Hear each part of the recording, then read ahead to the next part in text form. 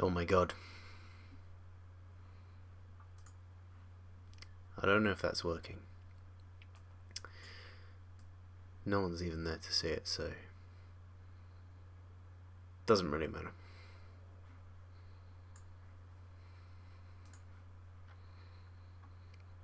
This is the best content on my channel yet.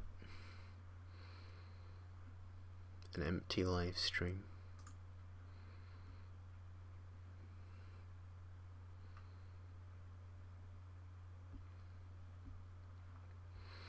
Oh no, someone's watching. Oh no.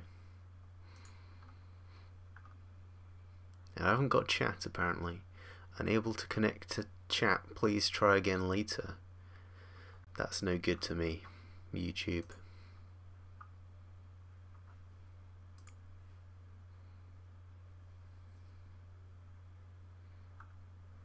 Oh shit, the chat suddenly worked and I got a ton of messages.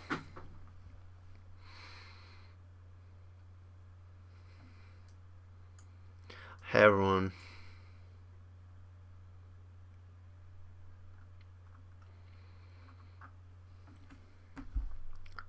Welcome to a live stream I'm mainly doing to work out how to do live streams, which is very exciting content, I know. I might find something, work out what to do like midway through and do something entertaining. Probably not.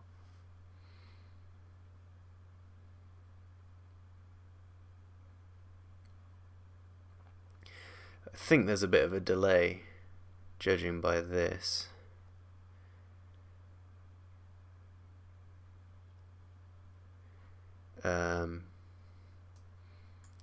Yeah, as I don't know how to, I have no idea what I'm doing, so there appears to be quite a substantial delay. I can answer some. Hi Boy Harrison, aka Harrison Productions, I see you. This is the only real greetings, Harry Nook.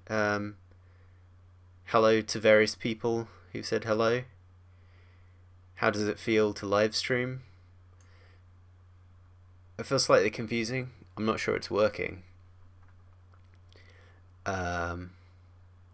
This might actually be to no one. I might just be talking to myself. Actually, I don't know if people can hear me even. I don't know if the microphone is working.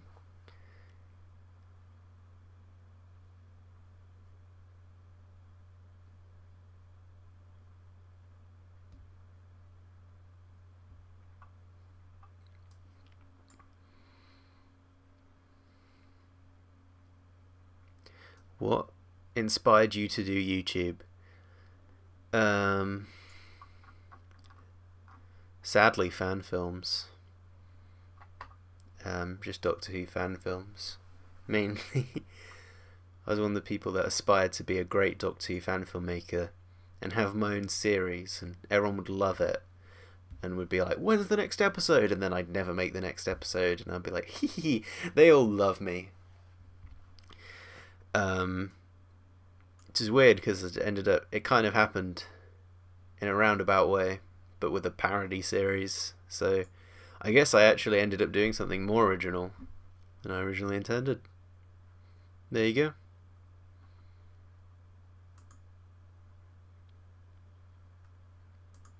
Pop out chat.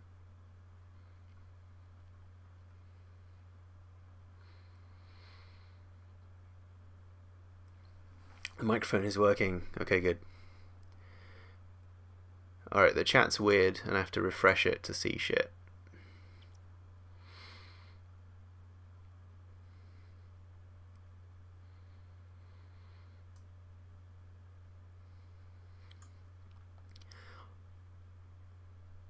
Okay, I'll answer some of these questions that I can see. They're probably really old, but Harrison fave Doctor Who 2012 character, the Brigadier. He's great. I love him. I think sincerely that is the The guy who plays the Valeyard's actually quite good. He's sort of genuinely acting, whether you like that portrayal or not. But the Brigadier is probably my favourite character. What's your favourite story from each Doctor, not including Rupert Grunge? Yeah, that's a tough one, actually.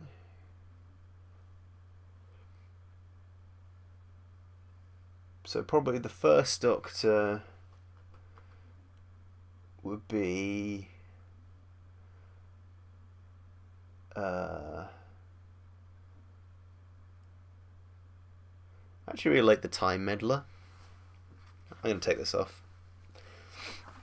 Yeah, I really like the Time Meddler. Patrick Troughton.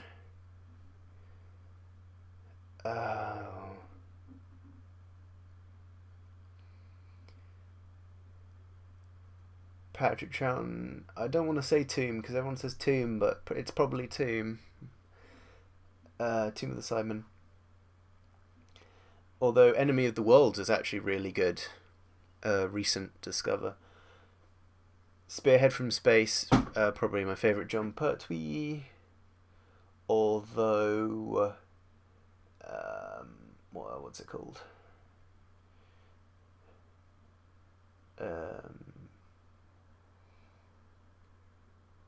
You know what, never mind. If I can't remember what it is, it's clearly not my favourite.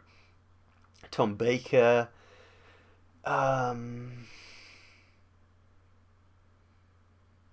Maybe...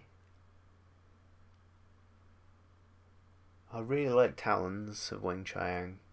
It may be a bit too long, but I really like the kind of like mood of it and vibe of it. City of Death, I like all that running through Paris. Peter David Stone. Probably Earthshock. Colin Baker, Vengeance on Varos.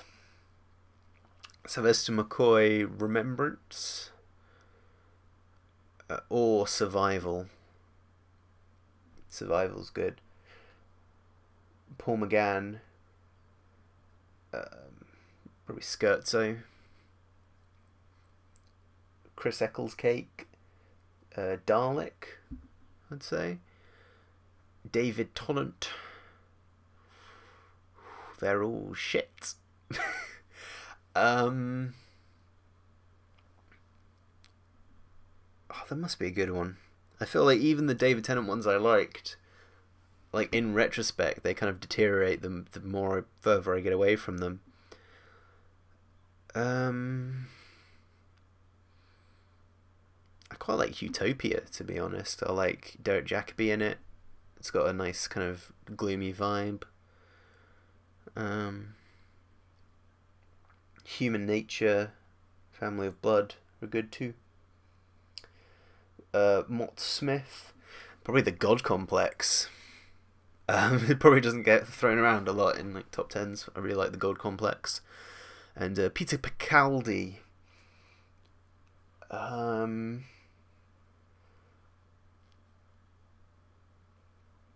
really like Mummy.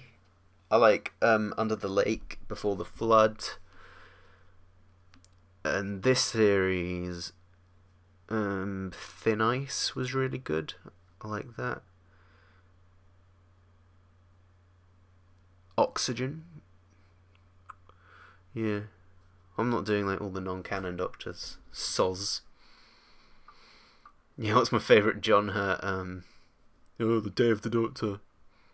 Big Finish isn't canon.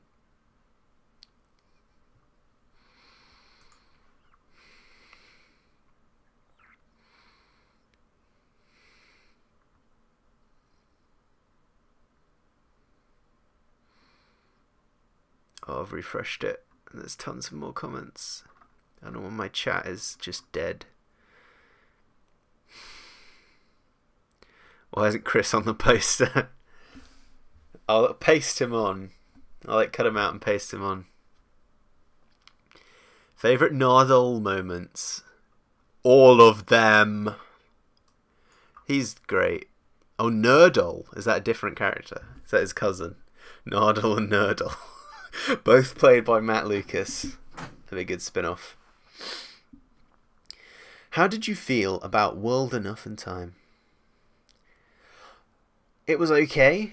It was funny. It was very like structured towards the reveal of the Cybermen and the Master, which we already knew were in it. So that felt a bit wasteful. But I really enjoyed the kind of horror, the spook, and the hospital setting of the Cybermen. That's all I've ever wanted, like aesthetically, out of the Cybermen. And having a companion converted as well really added something to the kind of horror of this kind of zombie-like, you know, people are snatched and converted, and it kind of brings it home. So that sort of element of the story I really enjoyed. The whole time thing was a bit silly. I like how the Doctor worked out the time difference, but then wasted years explaining the time difference when he should have just sort of made a beeline for the lift, and been, the moment he worked it out, he would have like ran over to the lift, right? Rather than be like, okay, I'm going to spend 10 years explaining this. So that was weird. The Cyberman bit I enjoyed. I didn't enjoy the stomping Mondazzi. Oh, so stupid. Where's my analytical reviews and content, Phoenix? In the void.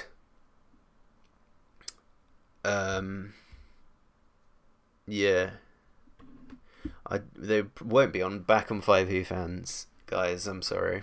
Not for the foreseeable future. The way things are looking. There could always be some on my channel. I did the Class review. I've been thinking of going back and watching all the episodes of Class. I've still not watched past one. I've been thinking of doing some reviews for each one in the same vein, if that's something people would be interested in seeing.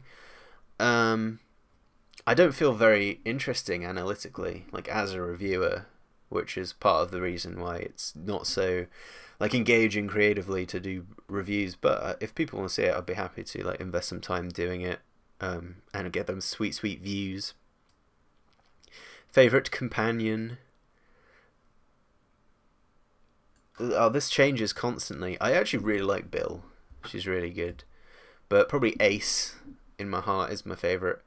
TV companion. Fitz from the books, from the EDAs, is an amazing companion. I don't think anyone will quite beat him, just in terms of originality.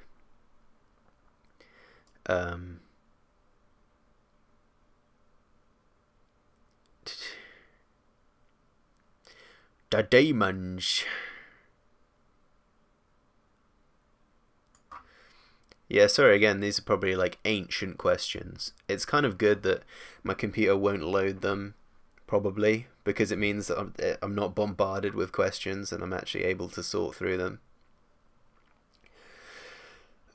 It's my favourite 8th Doctor BBC book. The Crooked World is crazy. I love it.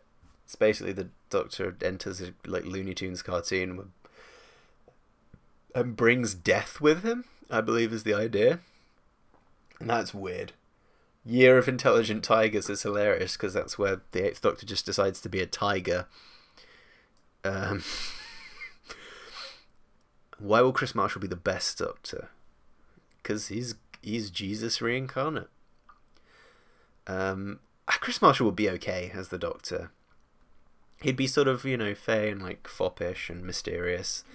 You know, I can imagine him being quite similar to Sylvester McCoy in that kind of like innocently mysterious, like wistful, like woohoo, so delightful.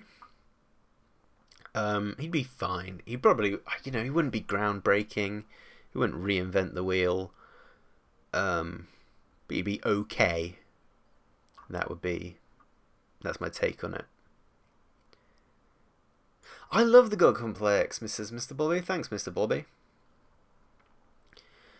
Patrick Ness said if Class S2 would happen, then there would be a Weeping Angel Civil War. Weeping Angel Civil War. Well, as long as he can work in the Spider-Man cameo, that's fine by me. It would probably be great.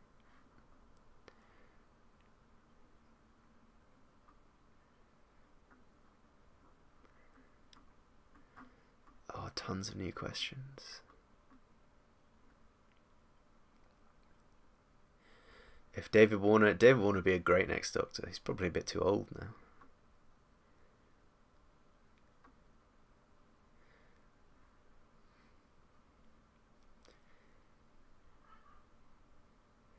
Oh my god, Richard B. I don't know if you're still here by the time I get to your question.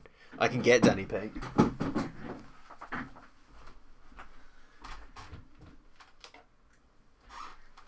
Ah, my knee.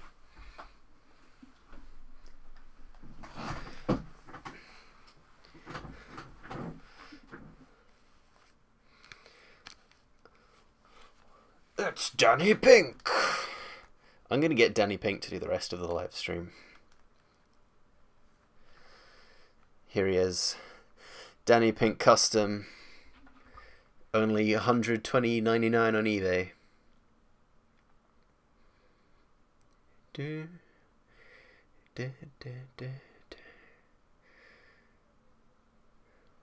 Will the Doctor ever wank on the show? It's only a matter of time, dude.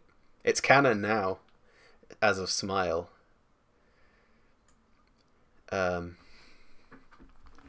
So yeah, only a matter of time, if you ask me. If I was showrunner, oh god, it's such a huge question. There are so many different ideas. A year ago, I really liked the idea of getting a 12-episode series and breaking it into 4 chunks of 3. Yeah. And doing like mini trilogy story arcs, like loose, as a way of recapturing the old serial vibe, but still doing standalone stories. But then recently they basically did it with the Monk trilogy, and that was dreadful. So I'm kind of like, oh, maybe that wasn't a groundbreaking idea. Recently, I've liked the idea of a kind of more surreal Doctor Who, like going a bit more, pushing the imagery a bit, and making stories much more standalone and almost anthology based, and really going into the world of each story, and coming up with some like surreal planets and really diving into that world and those characters that don't kind of function as humans do, and then having the Doctor and the Companion almost as like side characters coming into that world. And even if it's not surreal, taking that approach, it starts with people meeting the Doctor and Companion, and we always take a new point of view each week. I think at this point in my life, that's how I do it. That's kind of, if someone's like, right now, do it, I'd definitely take that approach, make it more anthology. We'd see probably the interior of the TARDIS very little, and the Doctor and the Companion would always be a kind of mysterious in a box figures. You might not even need the Companion with my version. I guess it'd be interesting because the Companion is obviously an audience identification point, but if you build a new one in every week, it might be a bit more exciting. And the only real value for having the same one over the course of all the episodes is seeing them develop, and they very rarely pull that off. So, I don't know. I guess, really, as a showrunner, I'd want to get, like, a ton of other cool people in a room and talk about all this stuff. I don't have, like, an auteur vision for how I would do the show. I'd get, like, my buddies, and we'd all, like, brainstorm stuff and hopefully would come up with something, but more kind of strange is how I would do it. I wouldn't kind of try and do the American show formula that they've kind of been doing recently with like ongoing mystery box shit and stuff. Yeah. And refresh again.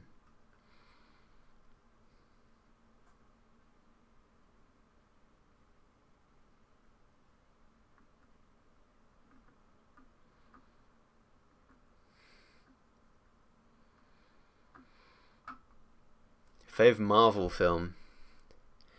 The first Iron Man or Civil War or Winter Soldier, I would say. Although I'm hoping Spider-Man Homecoming is going to knock them off.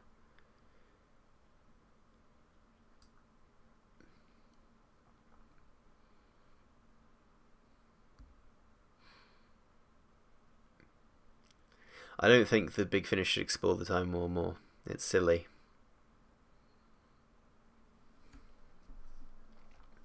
It's not mysterious anymore. And when you're explaining it all, and it's just like a conventional war at this point. It's just like, oh, people shot with guns. Whee!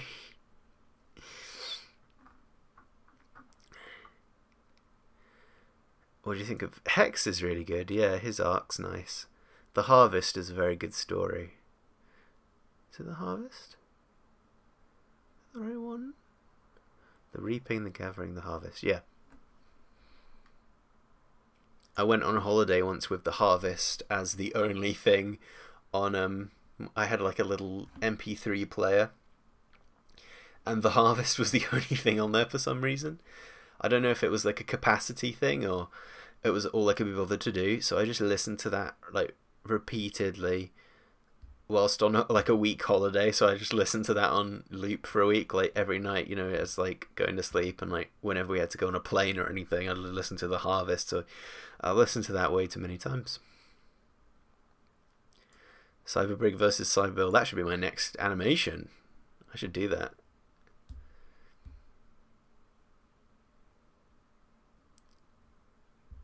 I'd probably get rid of the TARDIS. Oh, I forgot what I was talking about earlier. That was in reference to how I'd shown it. Oh, I feel like the TARDIS is too iconic to get rid of. Just the police box. But maybe just keep it as a mysterious thing that the Doctor vanishes into and comes out. That might be cool. Yeah, if you get rid of the companion, then the audience like would very rarely have to see the inside. Maybe even save that for like a season finale. This is an idea to sort of soft reboot Doctor Who, but like that would be a fantastic sort of finale to reveal the new TARDIS in the last episode. If maybe one of the characters needs to follow the Doctor into the TARDIS or something, and you'd finally be like, oh, and sort of understand the character a bit more. Did you hear this great Doctor Who fan novel called Throne of the Abyss? I read it and it changed my life, God bless. It changed my life too. It's really good. I should read it out loud and record it one day.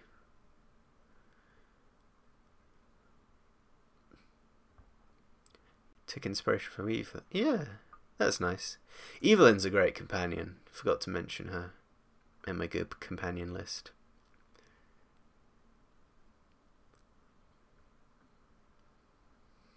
Was there ever a Ron Goodson? Yes, but Ron Badson killed him and ate him.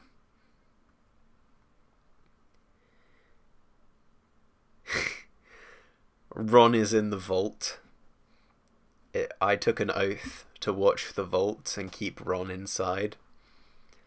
I'm training him to be a pure YouTuber at the moment.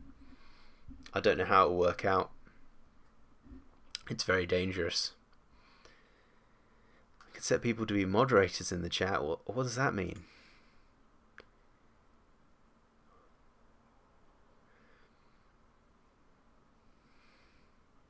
I didn't know that, but I don't know what it means. I'm just like, my internet, I don't know if it's my internet or just a glitch. It just says unable to connect to chat, please try again later. And if I refresh the page, there are more questions. That's working okay.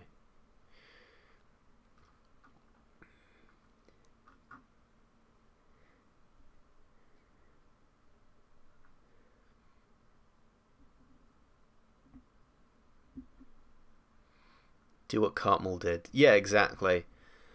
Probably the later Sylvester McCoy stuff is the biggest, the strongest example of, like, in the show, how I would do it.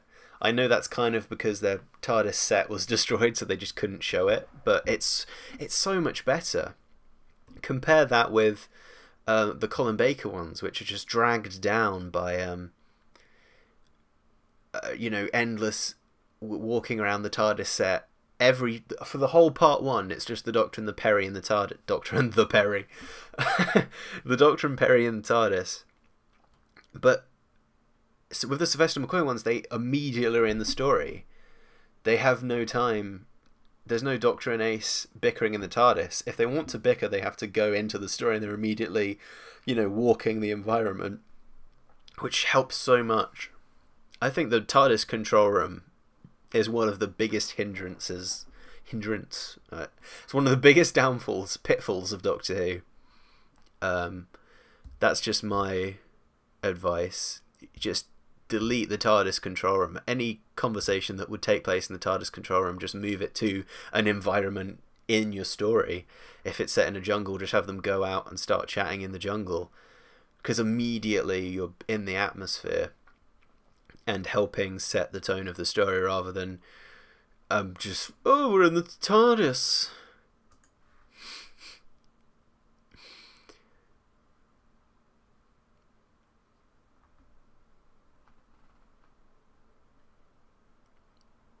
Did the Pink Week arc happen by accident? What with the sort of the car crash and stuff?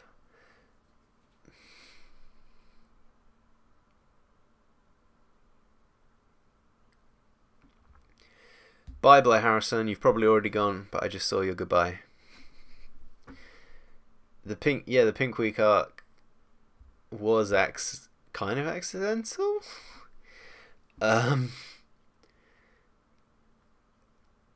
I can't remember the order now.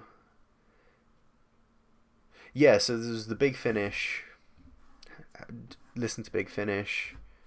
And then I'm in the car crash. Yeah, the Adric one really changed. And it became like weirder and weirder. And it became so weird, I kind of thought there needs to be a framing device to explain why it's weird. Like, can't just launch into it. And then I sort of realised that it would be good to have it as a sort of coma hallucination. Like how they do in shows, how people have like revelations on their deathbed, and it sort of just slotted into place that it would be from that car crash. And then I thought it'd just be funny to wear the plaster afterwards. And then I'm not quite sure who wrote the Sick Who fan, but they just added, it was either Billy or maybe Joel or some kind of satanic combination of the two, added in that it sort of gave me psychic powers or something, and that's how I heard Adric. And that the bit was lodged in my brain. So it's good that I kept the plaster around for that. So it fed into that. So it was kind of accident, building upon the previous thing, just sort of keeping on building. It was a nice bit of continuity. There's two possible explanations for how that got solved. One of them is when Chris Johnson's Slovene electrocuted me, it burnt out the Big Finish CD in my brain and severed my connection to Adric. Or when he electrocuted me, that Phoenix died, and the mysterious salesman from the introduction video just replaced me with a new version, who's the one currently doing videos. One of those explanations. Maybe I'll do a video about it one day.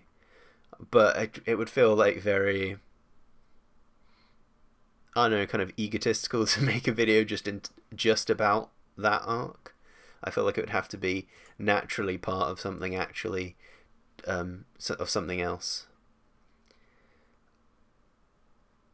I don't want to just like do an arc-centric video for no reason. Is it a quinky dink that the best... Yeah, exactly! Yeah. Get rid of the TARDIS console room, everything's better.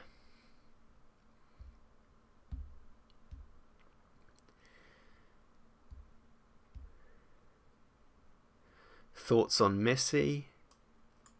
Here's my like weird 2 cents on the Master. I find it weird how like Steven's very focused on the Master as a destructive being and like an anarchist. Because that's never really how I've seen the Master. Because they have all these lines now of like, oh, they love burning stars. I always saw the Master as someone who sort of built from nothing. He sort of has a con man vibe to me. He starts off with nothing. In most cases, not even life. He's just sort of a corpse, and he kind of has to steal and bribe and sometimes charm his way into things and sort of slowly amass things. And I always think of the Master as someone, a sort of opportunist, kind of building things and grabbing I'm just repeating myself, but like even in the TV movie, you know, he has to steal the body, and then he has to, you know, get Chang Li to help him, and then he has to go find this, and he's sort of the Master sort of running around trying to build himself up despite hindrances. He's very self-motivated, and his goals are just to make himself powerful, or herself. Whereas Missy's seems to be, oh, she's a destructive, crazy lady. Which is not really how I see the Master, which is why the character doesn't quite gel for me. Nothing against Michelle Gomez, she's very good. I've no doubt she could do what I'm saying, and it would be very, you know, good. You know, because some people take issue with like her flirting, and my issue is that the flirting's not good enough. There's this kind of weird offbeat, like she, you know, when she's like, ah, that's how humans flirt, isn't it? She should be, the Master should be very charming. She should be, you know, not have this kind of weird off-kilter, like, what is human interface? She should be, you know, quite charming to people, is what I think. So that's my general Master thoughts. Pink Week arc, every Moffat arc. Thank you. It's not that hard though.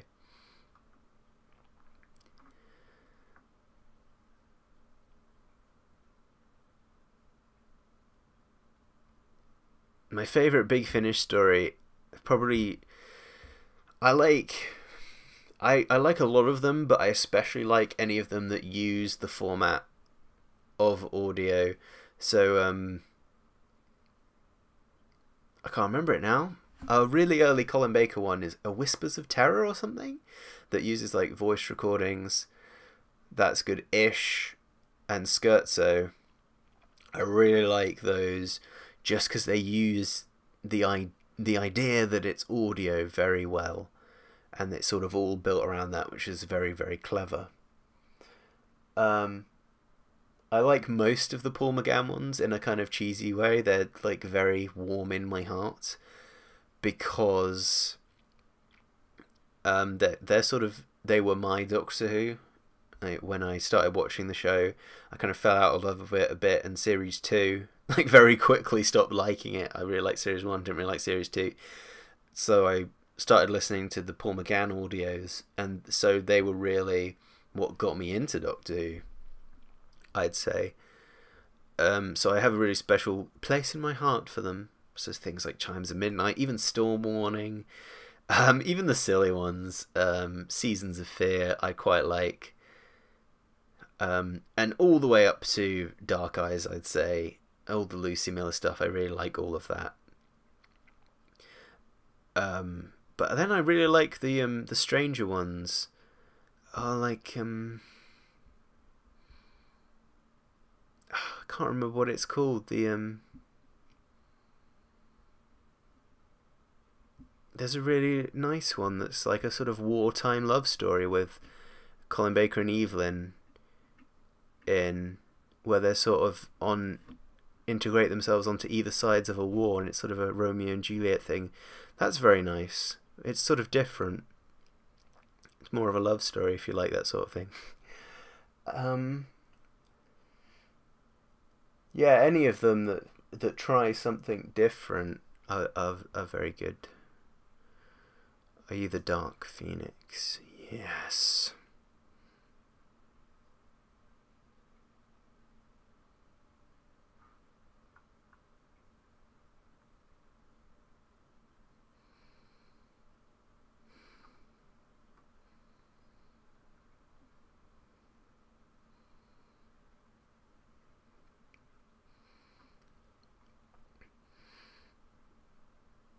thoughts on the question marks?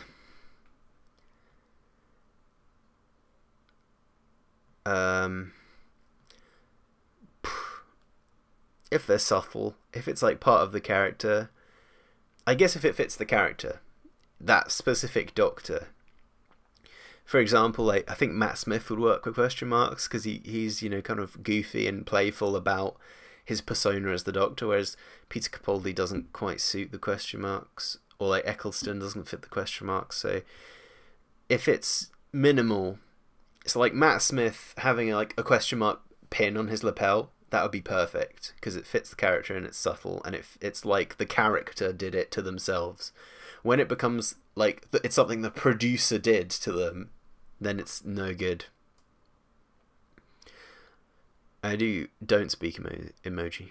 TV movie was amazing. Yes, it was.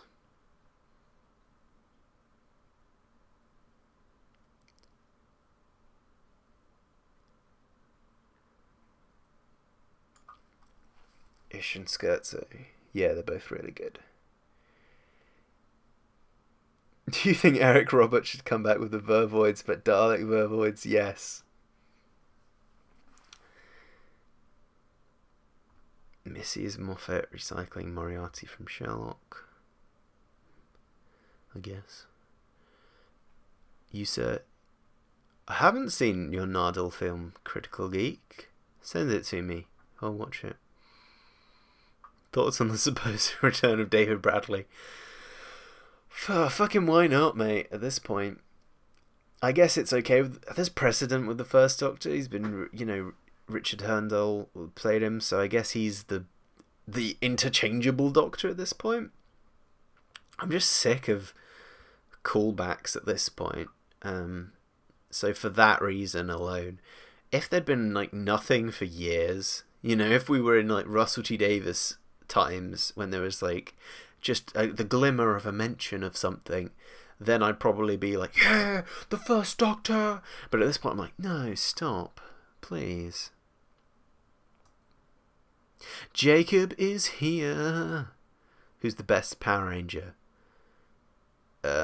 Preston.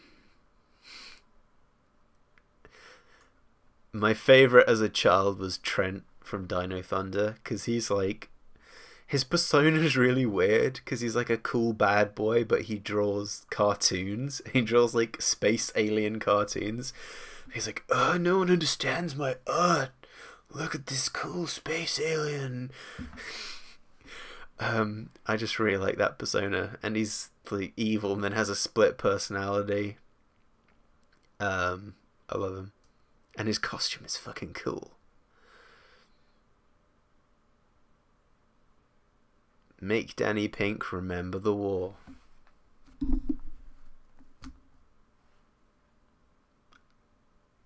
Wow.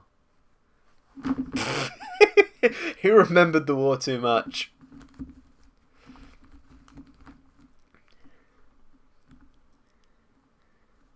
Live 34. Yes, that's another one, Live 34. That's really good as well. For the audio format, that's like just a radio show. Natural History of Fear. Yes, that's good. Again, uses the audio.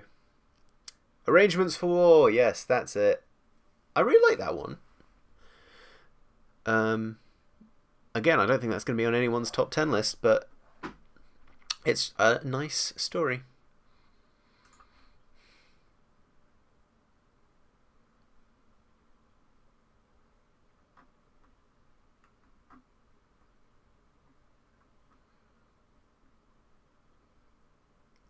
Yeah, character focused story is really good, like Chimes of Midnight. He's remembering the Space War. Apparently, the Doctor falls his shit. I wouldn't be surprised. How do you know? How many times has the Eighth Doctor lost his memory? The Eighth Doctor's been through the ringer. If you count everything, like all the Eighth Doctor media, if you count it all as canon, he's the most abused Doctor. He's like had his memory taken, his heart stolen, he's just been tossed about. All his companions have died. I'm pretty sure every Big Finish companion he's had has been killed off.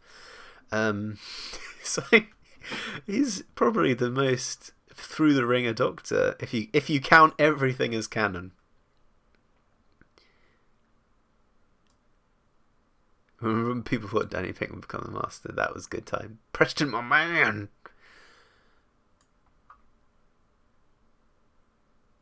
They should have the tiny child from the first Doctor, but dress him in like the cloak and stuff. And it should be the story of how he got that outfit, but he got it as a child. So they should get the child going around like, my boy, yes, my future self. And they should get him to do a Hartnell impression. A little kid. That would be amazing. I love any existing character is existing villain theory. They're all good. Bill is Omega, confirmed. Dino Thunder is the best. Such a great show. It does probably retread a bit too much from Mighty Morphing, and it's basically Mighty Morphing and Ninja Storm in a blender, but I like it. And it has like that early 2000s aesthetic. My guilty pleasure.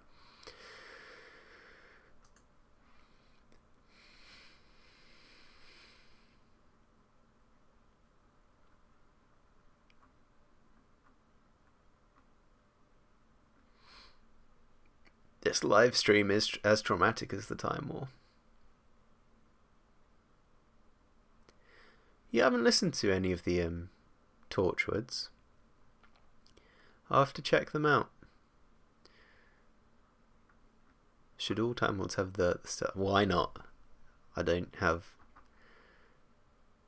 Doctor Who TV gave a spoiler-free review. Ah. And they said it was shit. I do like how most people, when they get advanced previews, just lie and say it was good because they're so flattered to get the advanced preview and they want more advanced previews. So anyone who's like stupid / brave enough to just be like, I was invited to this advanced preview and it was shit, is an amazing individual.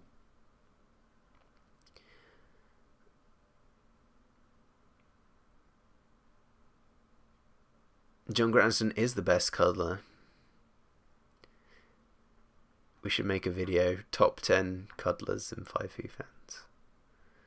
Or you make Doctor Who fan film, drift left. Never, Jacob. You can't peer pressure me in front of the fans. Unprofessional much. Lies, Dino Charge for life. Any Dino series is good.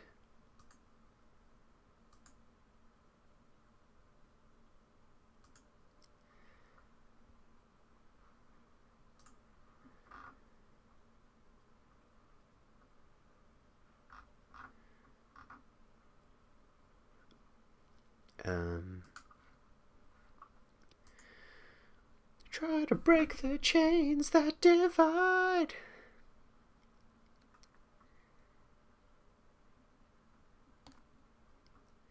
I'm not going to dance for 10 hours till I'm dead. Will there ever be an 8th Doctor rampage? Oh, I don't know what video I'd put it in, but I should do. Because there's already been Loving the 8th Doctor and it didn't have that in, so just make it a video on its own. When is Batman Week 2?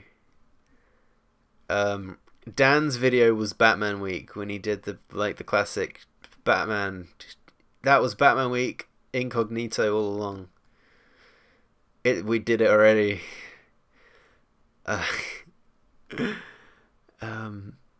Maybe we'll all go see Justice League and we'll make the Doctor League. We'll do Justice League Week. Suicide Squad Week.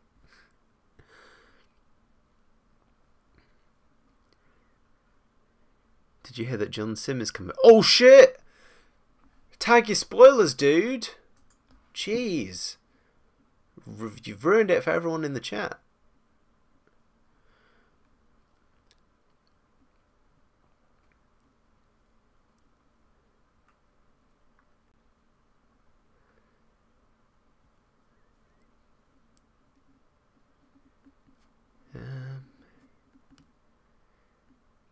Yeah. Cyber Bill, Cyber Brig, and Cyber Pink. Do I think Big Finish have gone a bit?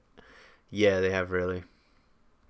I understand the appeal, because you like book everyone in and you do it all in one go, and then you have a big wad of content, and they want to separate out the New Who stuff so it's more accessible for people. You know, it's all very understandable, really, so I can't fault them too much. I'd prefer they just merge the New Who stuff into the monthly range. Like all of the classic Doctor's New Monsters could have just been stories in the monthly ones, I think, anyway. Did Dan kill Adam? Oh. He killed him by loving him too much. Give me a shout out. Yo! I don't know how you say your name, dude. Is this the trick of the shout out? Sneaky? Sneaky dude. Ivan Azuega? Hey man. Yo, sorry if I got your name wrong, but I see you. I'm just fondling Danny Pink. That's what the figure's really for. Just gonna place that on there.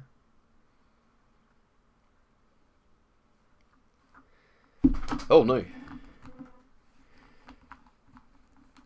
I think Danny Pink will come back and Missy with a haircut and a top 10 cold moments. I like when he's a lumberjack. When they go find him and he's a lumberjack. That's good. You'd have paired every Doctor into teams of 2. This is too complex a question. I need like a piece of paper. I can just do some random like 2 Doctor combos I would like. Or compromise. I'd actually really like Capaldi and McGann. I think that would be a great story. I think Matt Smith and Eccleston would be funny. Tom Baker and Sylvester McCoy would be good. Yeah, those are some I'd like to see. Ah, a Capaldi and McGann story. Just bring him back. Bruh. Oh, Billy Garrett John is here. Oh, my fan film hero.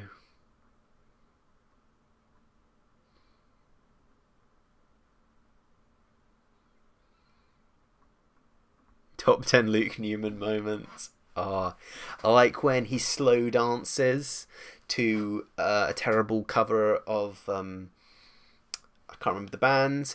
Like when he slow dances with his girlfriend and then kisses her at the end of the story. I like when he leaves Davros with the mega weapon because he probably won't use it. I like when he like does nothing to stop Jessica dying when she jumps in front of Omega and it takes ages and he's like, Jessica, no! That's really good. I like his regeneration where he just kind of sits looking stoned for ages, like this, and old clips play. I like when he says, "Oh, a whole new lease of life." There's so many great moments. Too many to count. I like that bit where he shows off his TARDIS console. That's really good.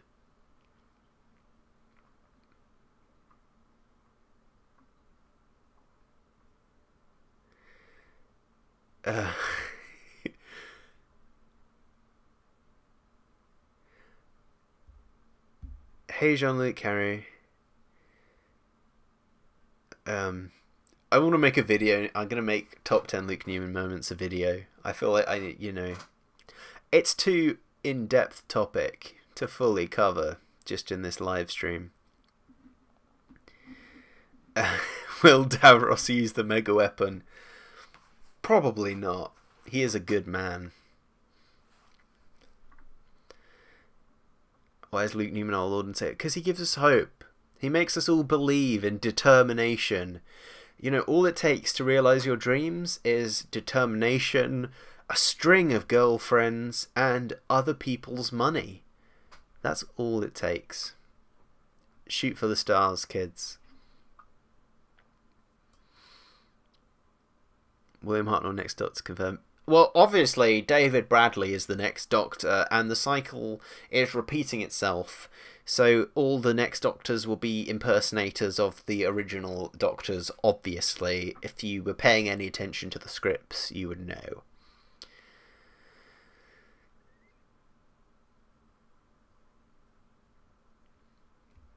I was in leaks. Oh, we have a real celebrity here.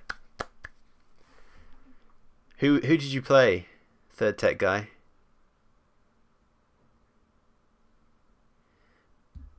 Don't forget the dynamite.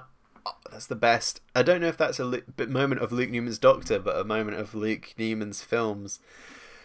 When the companion pulls a wad of dynamite out of pocket, and it's like, oh! That's probably the greatest moment in any of his films. He's like, the third bomb. Check your pockets.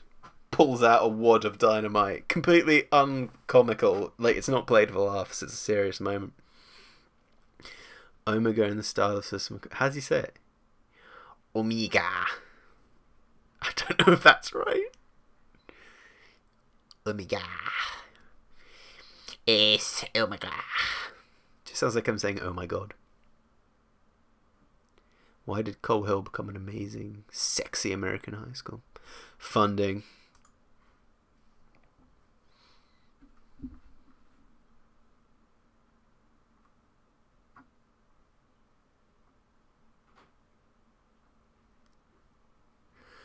Little Red Doctor. I should have bought a piece of his TARDIS so I could remember it forever. Is Luke Newman the ultimate meme? I don't know, maybe. Obviously not. Renegade Master.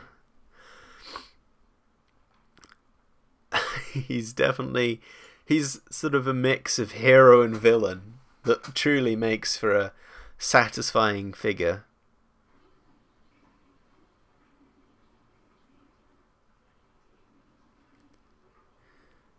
He can be your angel or your devil, Luke Newman. David Tennant in a shit disguise, 100% confirmed as the Doctor.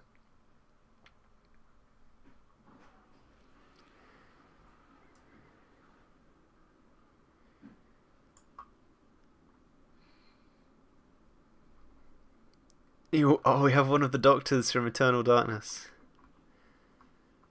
Is he really difficult to work with? Seems like he would be. You don't have to answer that. If it seems unprofessional. I'm sorry. I'm sorry I went there, bro. Oh,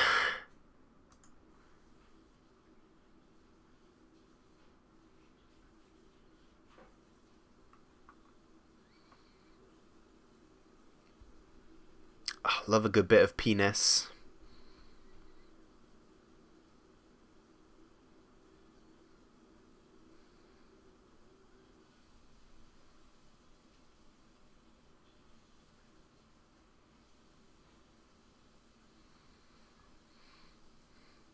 Oh, sorry, my video output's apparently gone low. You will apparently experience buffering. I don't know what I can do about that. Billy Tracy and Billy Garrett John. Yeah, it's not a very good alias he picked. He just changed the last name. I don't know why he kept the same first name. It's clearly the same person. He stopped even shaving for the Billy Tracy bits, so it's really hard to distinguish. You know, we all humour him with like, oh hey Billy Tracy, hi Billy Garrett John, but it's really obvious when, you know, it's just him in stilts doing a slightly different voice.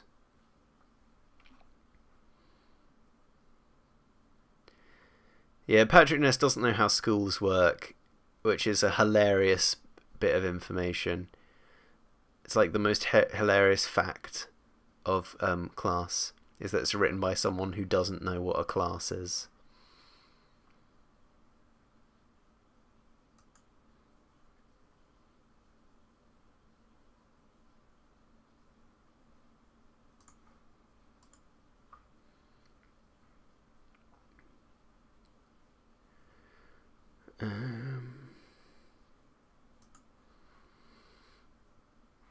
Yeah, sorry, I was just saying if there's anything I can do about this. Stream health says it's quite dire, but all my settings are fine. I'll hope it corrects itself.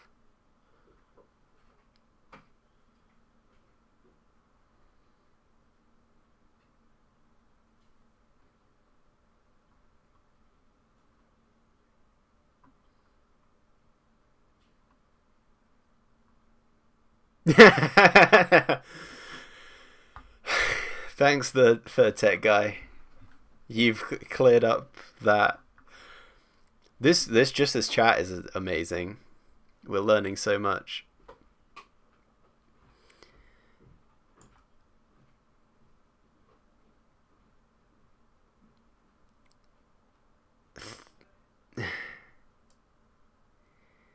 Can't wait for the next Famous One Rings episode to drop. Me too. Oh. When it comes out, we should all just talk about how long it took to come out.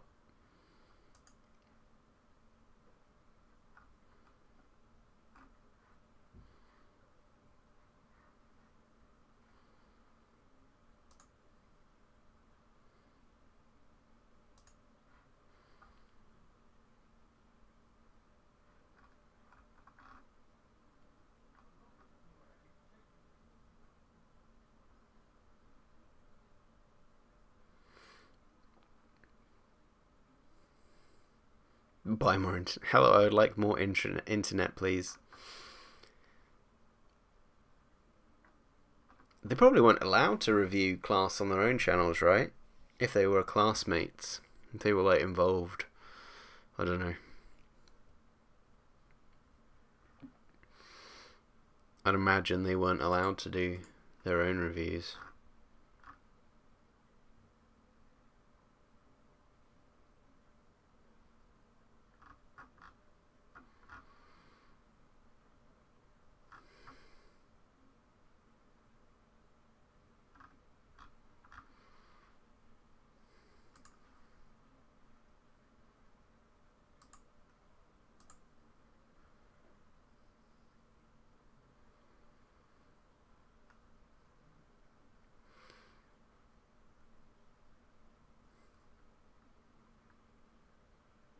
What do you think of Supernatural's? No good.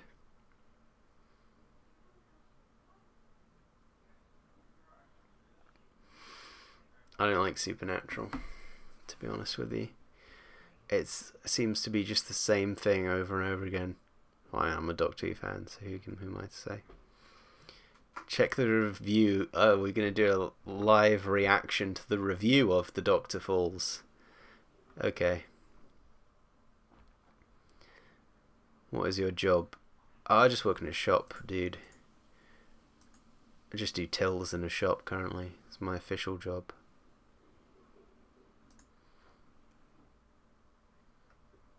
I'd rather just get paid to do YouTube videos, but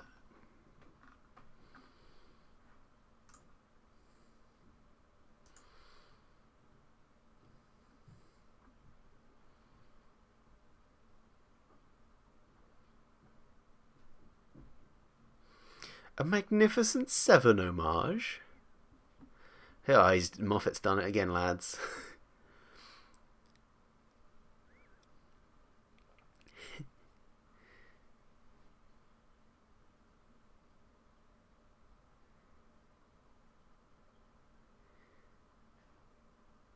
Oh, good. And neither of the masters add much to the plot.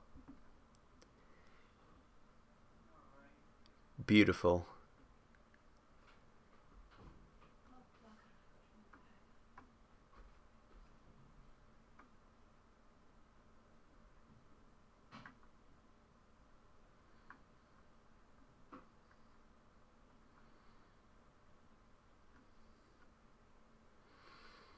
It's everything you'd expect from Moffat. It's the worst thing you can write in your review.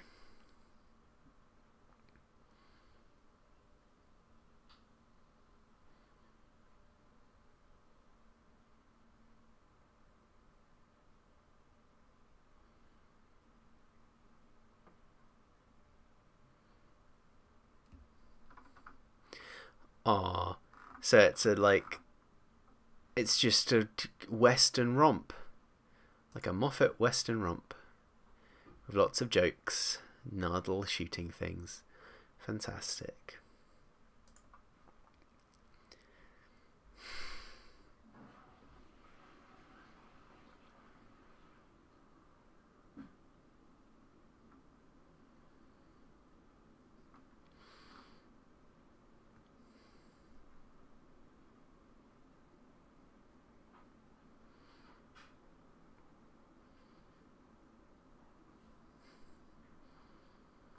Harrison Wells always has a secret.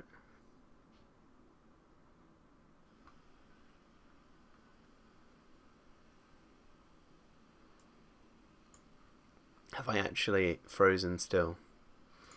Or am I back?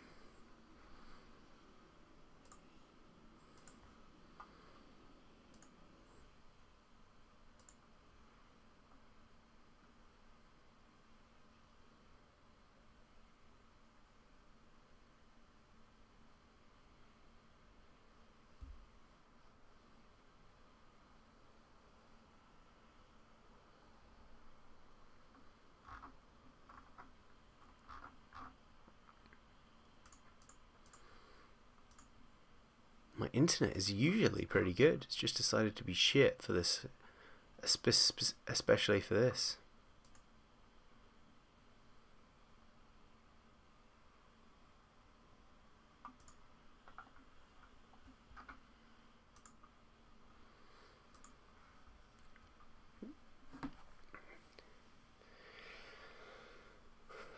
Danny Pink, Danny Pink, Danny Pink.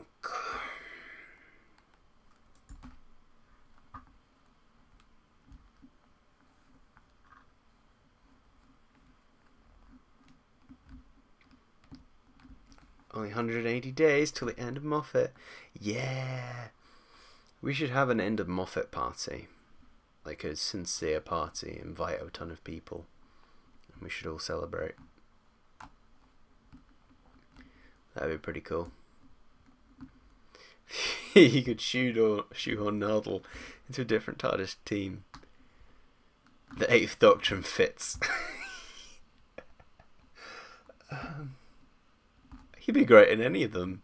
The Doctor, Amy, Rory, and Nardole.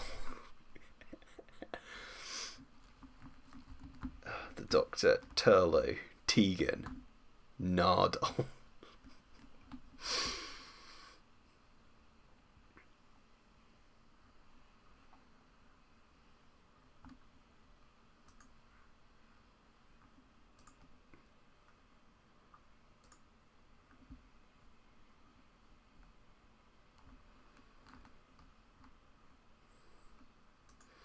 Any of them would be really good.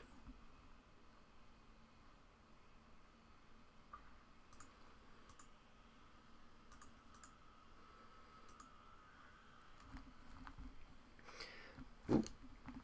I think I'm more excited for the Doctor Falls. No, the Fall of the Doctor than the Doctor Falls. I honestly can't keep straight which is which. I just interchange the titles randomly.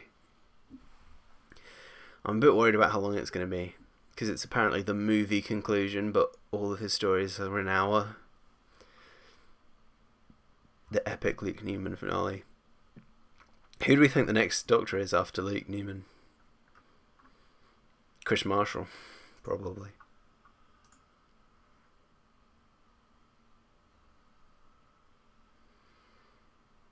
Nardole, Evelyn, and Colin.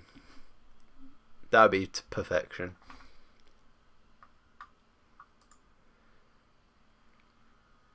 Nardole works with any of them. He is timeless.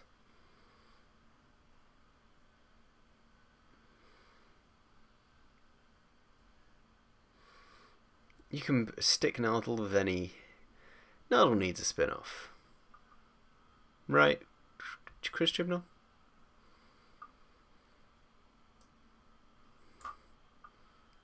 It'd be amazing if Nardole was the only component to stay over from the Moffat era. The only worthy one.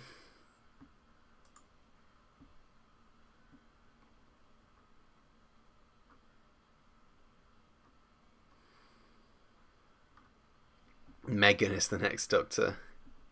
It only makes sense. She was the future Doctor all along. And then she picks up a human who is played by Luke Newman, but they don't mention that. She's like, well, you're an attractive human. He's like, I'm a normal human. And so it's just the same TARDIS team, but they've swapped companion and Doctor parts. That's the classic fan film way, isn't it? Get two friends who are willing to do it, and they play the Doctor and companion, and then the next Doctor is the companion. Like friend B becomes the next Doctor, and friend A becomes the next companion. That's like the classic fan film way.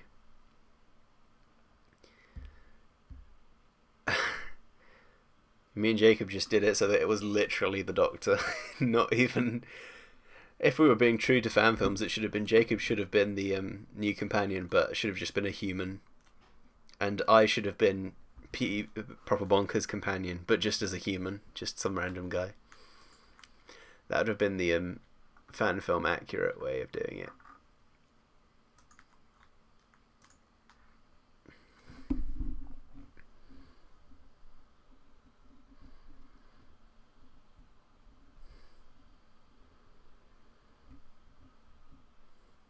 Yeah, Luke Newman just regenerates into Luke Newman without comment or question.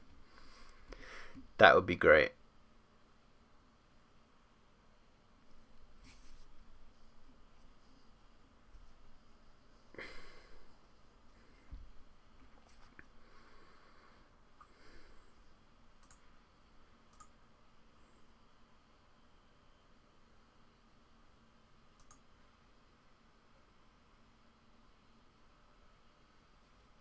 Nardole definitely slept with most of the cat companions, for sure.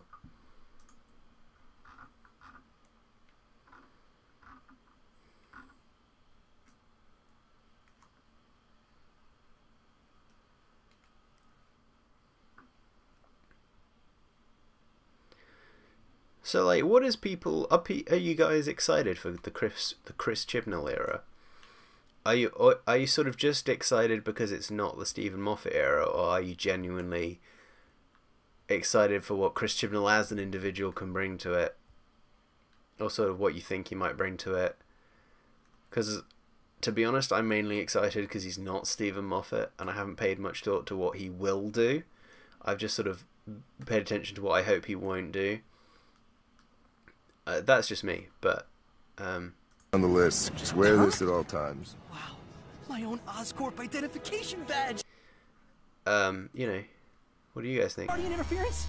Some experiment. The outcome? Wait, I'm a lefty. Switch with me. Is an event of unusual magnitude. Ow!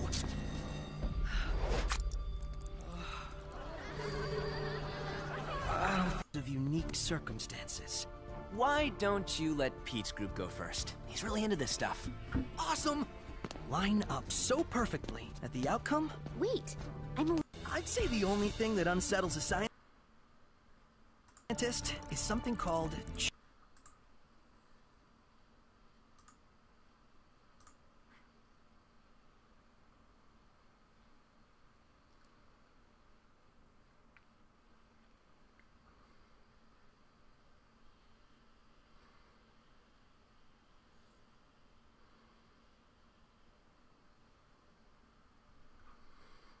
Yeah, the writer's table, the writer's room or whatever, it's probably the most exciting thing he said.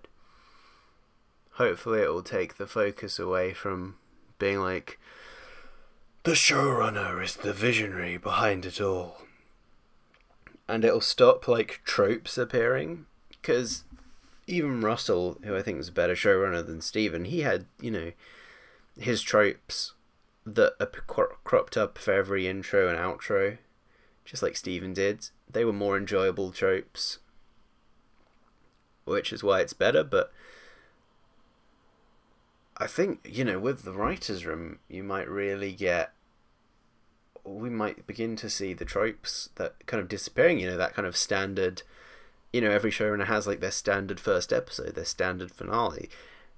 it would be cool if through the writers' room they could really eliminate that, because if everyone, like, different people are chipping in different aspects every series, it could really, you know, destroy the formulaic feel that Doctor Who has. So that's very exciting. And you know, you won't get just the same sort of ethos coming back again and again, which, you know, the personal, it was very personal, like Stephen Moffat's personal ethos about how life and love works penetrates a lot of Doctor Who. So I almost feel like I'm watching some kind of passion project, you know, vanity project of Stephen Moffat bearing his soul, which is kind of an ugly, wretched thing. So that's why Doctor Who's not very good.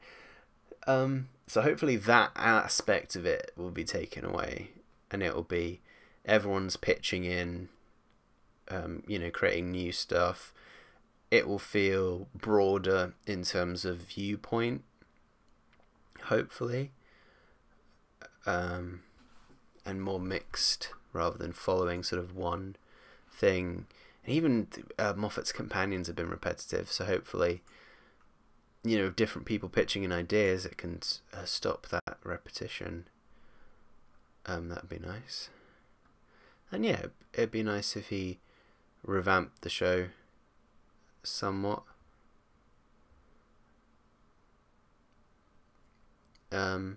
Just because I'm sick of the continuity, all these elements coming back, and I think for a while at least we should sort of let that simmer, because it's more special when it comes back and you haven't seen it for a while.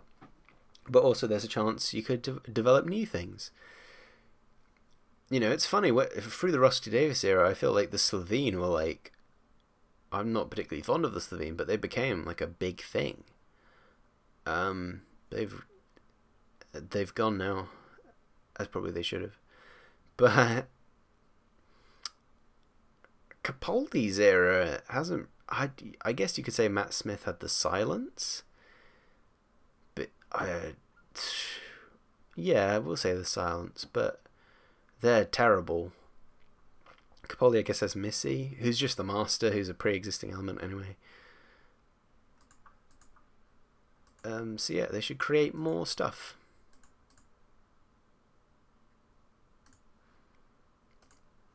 And then it's more special when they actually do bring stuff back.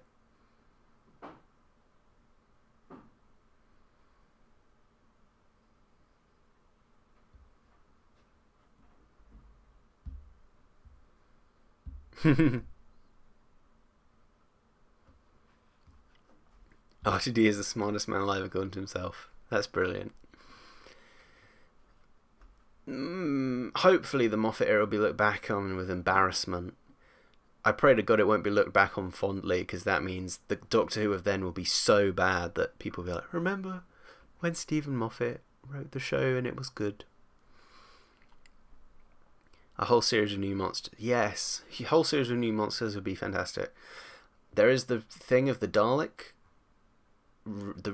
I'm not sure if it's confirmed that they have to use the Daleks every year, but use that. Don't just shove them in a story. Like, say, like, okay, every series there has to be a full Dalek story, and sort of pitch that around to your writers. Like, okay, guys, someone sell me a Dalek story. Maybe give it to someone who doesn't know Doctor Who very well, so they'll maybe come up with something a bit different, or, you know, just use it as like a creative prompt. You know, every series you have to do a story all about the Daleks, and hopefully some good stuff will come out of that. But I don't like the cameo approach Stephen has, which is like, well, they just shove them in every some random episode to fulfill that contract. And it's funny because it's that thinking that made us sort of notice, I think, that whole contract thing. Or if it's a rumour, that's probably where it started, because it's the idea that, like,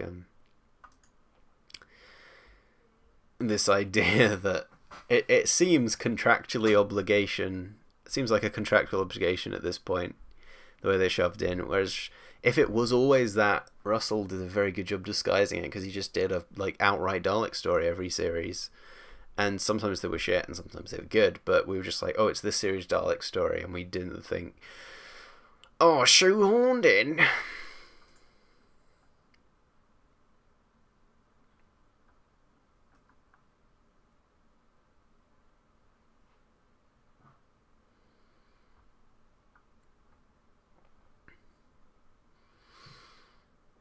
Yeah, Moffat has a very much cameo approach. Even it's beginning to feel like from these reviews, even the masked John Sim is like a glorified cameo. So no more of this cameo attitude, please.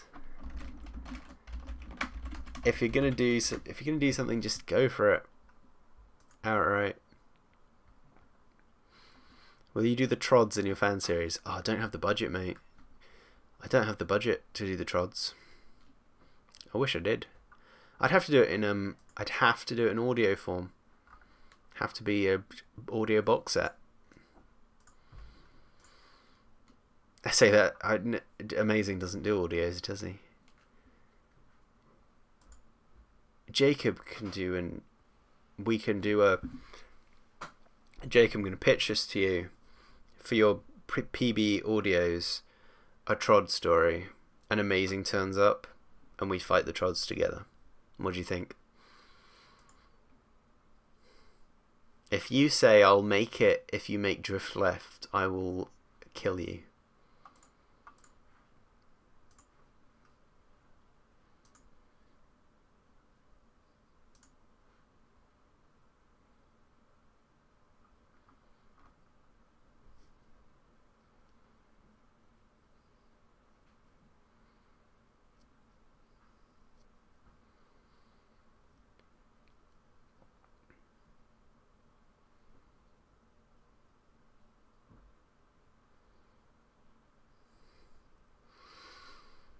When do I think he'll be revealed as the real Chris Marshall?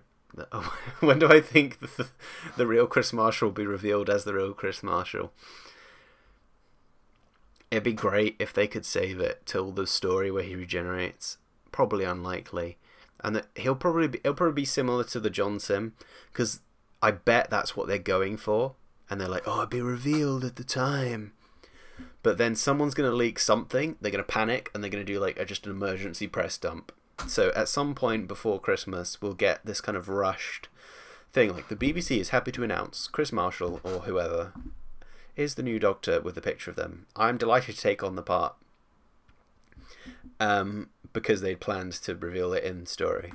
Because this is probably the first opportunity they've ever had, just because of how the schedule and the new showrunners coming in, it's all shook out, so that they could technically do the reveal in the show, but I don't know if they could pull it off. Well, they probably already haven't, because it's, we know it's Chris Marshall. But it's gone on so long now, I don't know what to think on Chris Marshall. I feel like if it was true, they would have just announced it. But maybe they're just like denying it and be like, oh, people forget about that. So maybe they are sticking to their guns.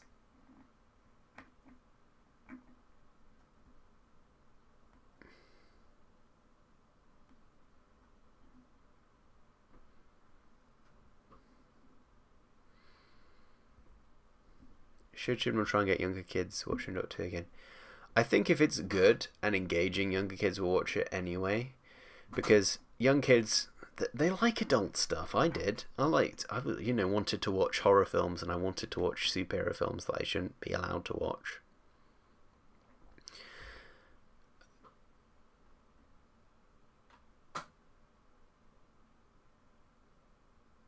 So if he just makes it good and sort of visually interesting, they'll be drawn to it, and they'll want to watch it. I don't think you should pander to them. It shouldn't be putting memes in and whatever, but just make it good and the kids will come. I think make it engaging, not like Dollars Dishwater. I don't actually know what the looms are. I haven't researched enough. I need to read Lungbarrow. I feel like I will only be a true fan when I read Lungbarrow.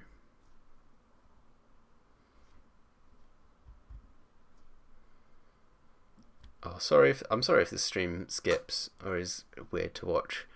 I'm not entirely sure what I'm doing. It says at the moment that it's on good playback, like it's green. I don't know what that means. That's the only readout I can see, and it says it's okay, so I'm just assuming it's sort of, not too bad. Tell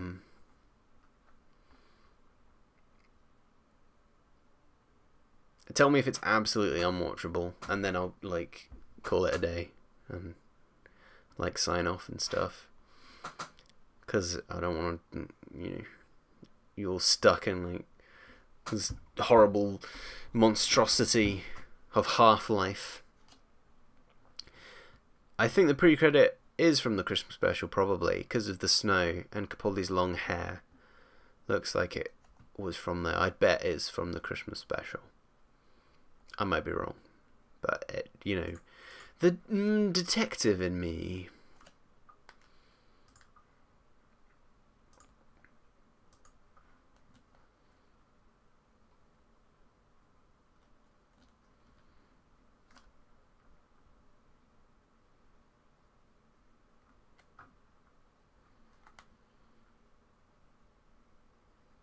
Big boy.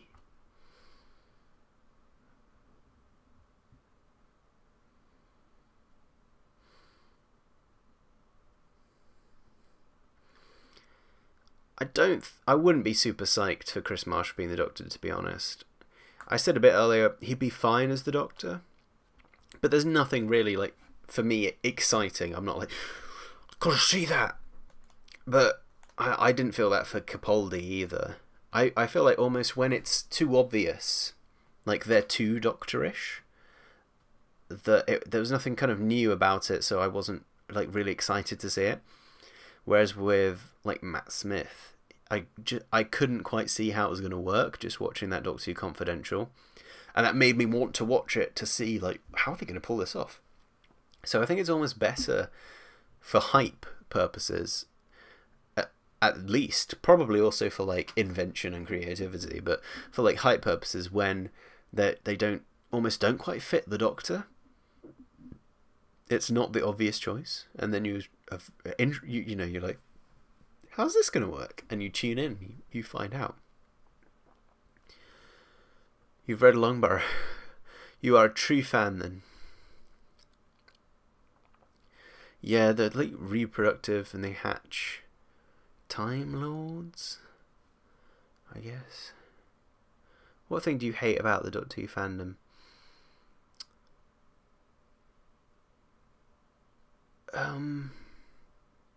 I don't know, it's the same stuff as any fandom, and it gets,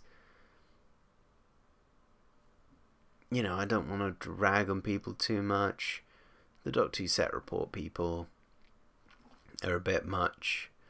There seems to be a lack of humour. I don't know if that's just something I've noticed, but a lot of Doctor Who fans seem to be quite pedantic, and I mean, that's fine. There's nothing wrong with pedantic people, but sort of unhumorously, like if you just say something wrong that's obviously a joke, I feel like you get jumped on a lot in Doctor Who. It might be that that's the case in every fandom, but Doctor Who's the only fandom I've ever been a part of, so that it's the only, you know, point of reference I have. But if you just make a joke, like if in a video, and obviously a joke if I made a video where I played a character who didn't know, who was like, you know, saying like the Rupert Grint video, so many people like correct me, it's like, it's Rupert Grint. It's like that, like some Doctor Who fans seem like they have to correct you. It might be fans in general, and I get it's like, I feel like it feeds into this idea that like, oh no, you're being a fan wrong, you're doing it wrong. Which that's definitely in every fandom. Like, oh, you haven't read the Star Wars expanded novels. You're doing Star Wars wrong. So yeah, that's probably a fandom ache. I feel like people should be allowed to like things the way they like them.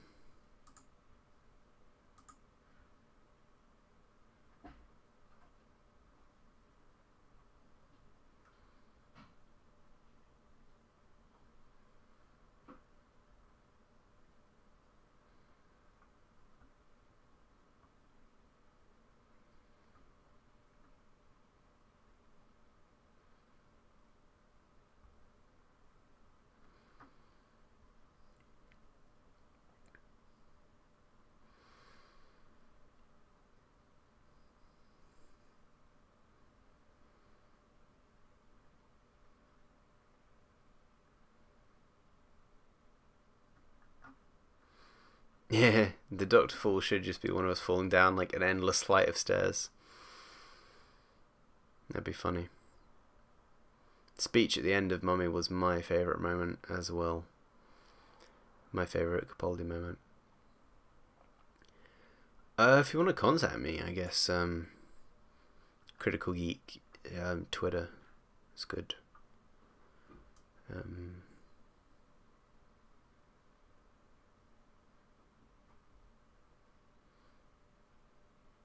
You can DM people who don't follow you now.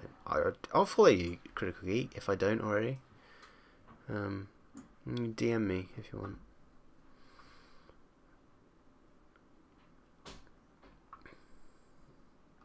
Yeah, it seems like the stream's doing weird stuff, so... and getting unwatchable. So I'll probably wrap it up. I'm going for like an hour and a half, so it's probably fair. I'll hopefully do some more streams. Hopefully that aren't so funky and unwatchable, and B, have a point. So maybe we'll watch some stuff in future. Maybe it'll be like fan film. Do you like fan film commentaries? Jacob King special guest star. Or maybe I'll do some specific, like, we'll talk about stuff. Right, I'm working on the second part of Darker Canons, the Amazing. So maybe we'll do a sort of, when that comes out, me and Jacob will come on, we'll do a sort of wrap up. An after party, because we all love the after party. Maybe we'll come and we'll do some kind of discussion about it, and we'll talk about like why we did it and just chat about making it and stuff. So I'll probably try and plan these live streams a bit more. I was just seeing if I could do it.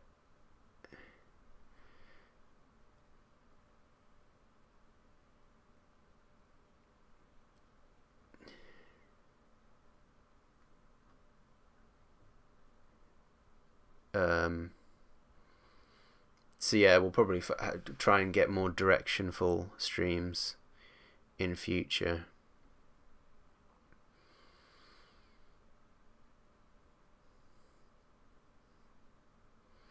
I'll tell you what, I'll try restarting the stream. If that has no effect, we'll call it quits. For anyone who can watch, I will share the Stone Doctor idea, which was just, I was at work and I just had a, rightly moment of inspiration when I was like, what if we did a Doctor Who fan film, like completely sincere, but the Doctor was like a stoner, he was just like smoking weed, and it wasn't really mentioned, it was just like the Fourth Doctor's jelly babies, and he was just like a weed doctor. That was my idea, and it was going to change the world.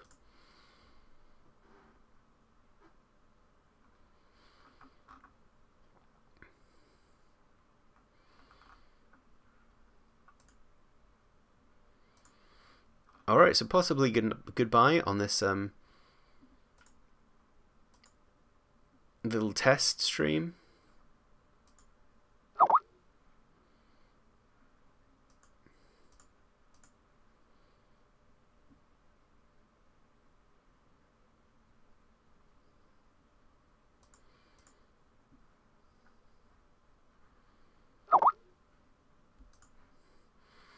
So I was just quiet for a moment.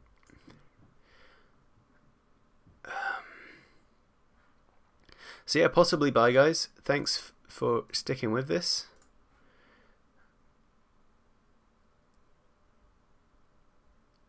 I hope you had a fun time.